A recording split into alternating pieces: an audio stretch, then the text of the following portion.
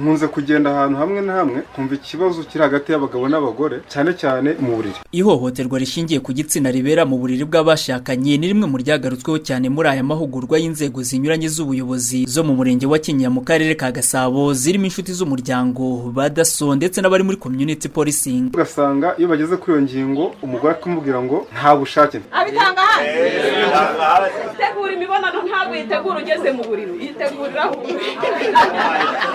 Mu gihe ihohoterwa ngo riba intandaro y'amakimbirane yo mu muryango, nyamara biracyagoye izi nzego kurisobanukirwa kuko usanga barikorerwa baterura ngo babivuga uko biri. Ngiye hari uwaje akajya avuga ati erega muyo simwumva ntumwumva gute ati simwumva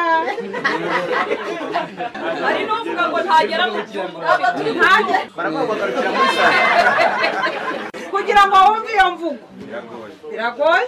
Cyakora nyuma yo guhugurwa aba bayobozi bavuga ko hari ubundi bumenyi bungutse buzabafasha guhangana n'ibibazo nk'ibyo. Byatugoraga cyane iyo twaganirizaga umwe yabyikuragaho, ariko twaje gusanga cyane iyo baguhaye ukuri muri bo gakora mu mizi babasha gukira. N'uyu mwanya mpagaze mfite ikibazo ngiye kujyamo cy'umuryango. Ubumenyi tubonye uyu munsi ikintu butwunganiye nuko hari na bamwe mu bayobozi bajyaga bakemura ibibazo nabi kubera ko batarafite ubumenyi buhagije, ariko bagiye kubikemura neza. Aya mahugurwa yateguwe n'umuryango utari uwa leta witwa Réseau des Femmes binyuze mu mushinga wabo bise Empower and Include. Mu murenge wa Kinyinya hazahugurwa abadaso 6, abari muri community policing 22, inshuti z'umuryango 44 ndetse n'urubyiruko rw'abakorerabushake 88. Mukeshimana Serafine, umukozi ushinzwe guhuza imishinga ya Réseau des Femmes, aragaruka kubikubiye muri ayo mahugurwa. Kwa rukubakira ubushobozi mu bijyanye no kurwanya ihohoterwa rishingiye ku gitsina. Icyo ihohoterwa rishingiye ku gitsina ari cyo amoko y'ihohoterwa rishingiye ku gitsina, uburenganzira bw'umwana n'umugore, uburyo bwo gufasha wahohotewe, ariko nanone kandi imyitwarire ikwiriye kuranga umuntu uri muri izi nzego mu gihe cyo gufasha uwahuye n'ihohoterwa rishingiye ku gitsina.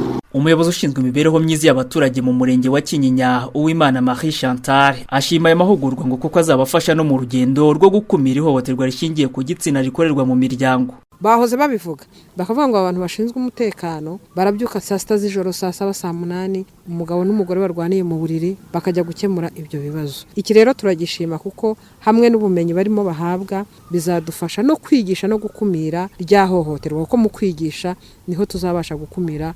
Uretse mu murenge wa Kinyinya w'akarere ka Gasabo, umushinga Empower and Include w'umuryango Réseau des Femmes unakorera mu murenge wa Mageragere w'akarere ka Nyarugenge. Uretse kandi guhuguriza inzego zinyuranye z'imiyoborere, hanatangwa ibiganiro mu mugoroba w'ababyeyi bigaruka ku ihohoterwa rishingiye ku gitsina rikorerwa mu muryango.